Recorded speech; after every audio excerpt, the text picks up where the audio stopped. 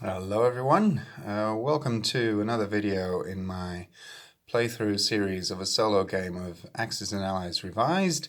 This video is a little bit different from the ones that you've been watching so far. I'll actually be doing a live battle, and the battle is taking place in Ukraine SSR, and these are the opposing forces.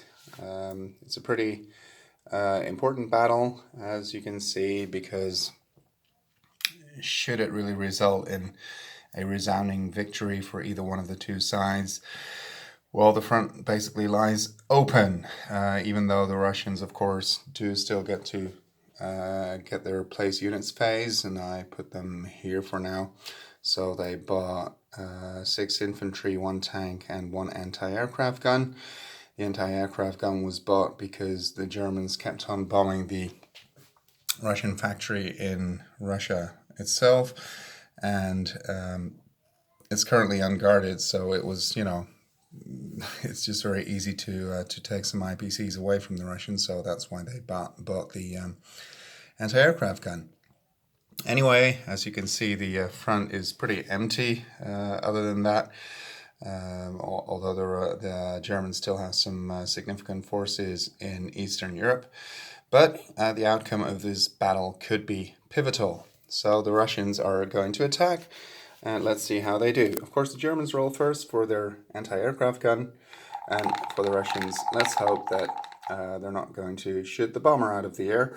The big dice there that you can see are simply to indicate how many units there are. So let's see what the anti-aircraft gun is going to do. That's a 4, so that's a miss, and the bomber survives. So it's the anti-aircraft gun is returned to the territory. Now the Russians get to roll 6 infantry on a 1.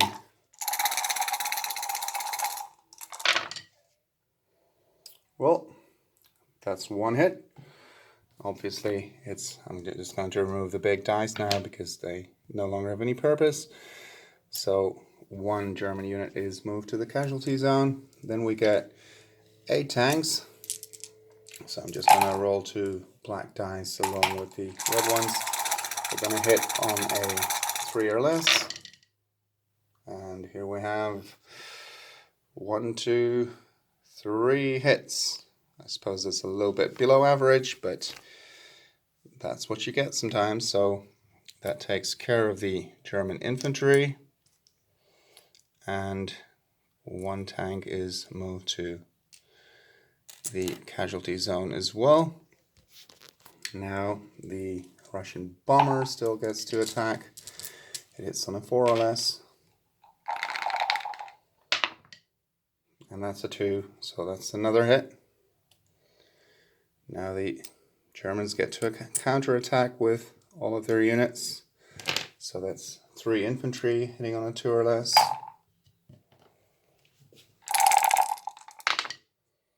That's 1 hit.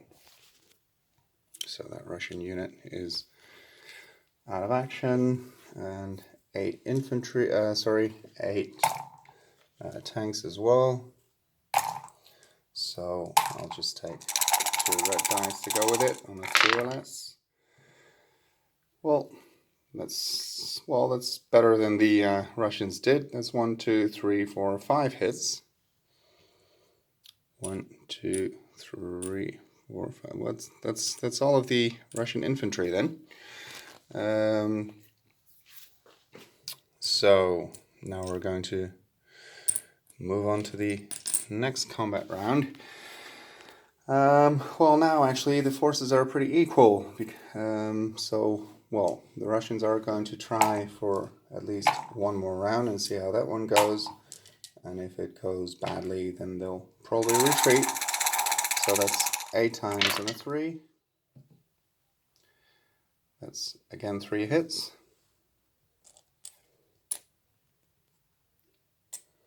And once for the bomber.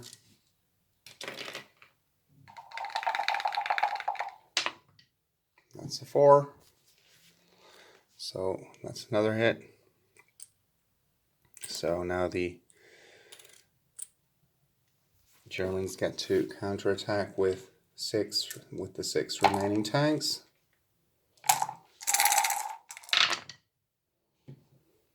That's 3 hits.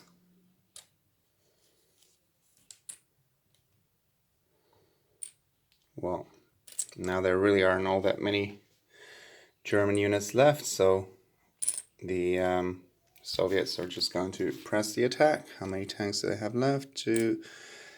5 tanks left.